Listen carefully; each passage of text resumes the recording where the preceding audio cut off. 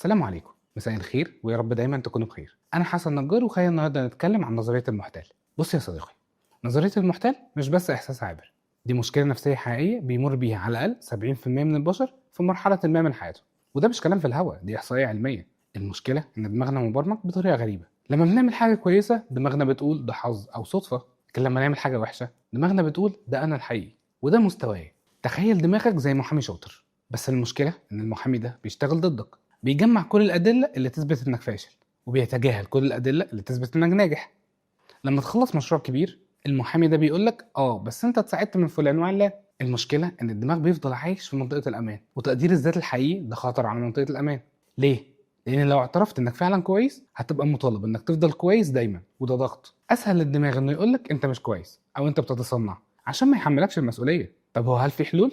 خليني أقولك بقى تعمل إيه. الحل الأول محامي الدفاع. بدل ما تسيب دماغك يبقى محامي اتهام، خليه محامي دفاع. كل مره دماغك يقولك ده مش انجازك انت، اسال نفسك طب هو ليه مش انجازي؟ مش انا اللي قعدت اشتغلت فيه؟ مش انا اللي سهرت عليه؟ هو مش انا اللي تعبت في الحاجه دي؟ ادم بدا يعمل كده. كل مره دماغه تقول له انت مش مبرمج حقيقي بقى يسال نفسه طب هو مش انا اللي كتبت الكود ده؟ مش انا اللي حليت المشكله اللي حصلت؟ مش انا اللي اتعلمت اللغه دي؟ الحل التاني ادله الاتهام والدفاع. اعمل ليست.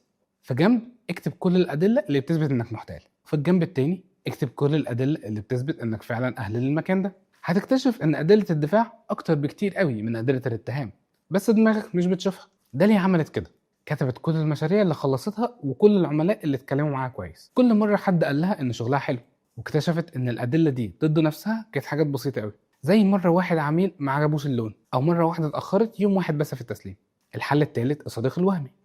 لو صديقك المفضل جاي يقول لك نفس الكلام اللي بتقوله لنفسك هتقول له ايه؟ لو ادم جاي يقول لك انا مش مبرمج حقيقي انا غشاش، انت هتقول له ايه؟ هتقول له انت مجنون، انت بتشتغل 12 ساعه في اليوم، انت بتتعلم تقنيات جديده كل يوم. ليه بتعامل نفسك اوحش ما بتعامل اي حد تاني؟ ليه معايير الحكم على نفسك اقصى من معايير الحكم على اي حد تاني؟ تخيل لو بطلت تشك في نفسك، لو بطلت تعيش في خوف من ان حد يكتشفك، لو بدات تشوف نفسك زي ما الناس بتشوفك فعلا. هتصحى الصبح وانت مش خايف من النهارده، هتروح الشغل وانت واثق انك في المكان الصح، هتتكلم في الاجتماعات من غير ما تقول لنفسك اكيد هيفهموا اني بتكلم من غير ما افهم. ادم بدا يتغير، بدا يشارك في الاجتماعات، بدا يقترح افكار جديده، بدا يتقدم لمشاريع اكبر. مش لانه بقى مبرمج احسن، لانه بطل يشك في انه مبرمج اساسا.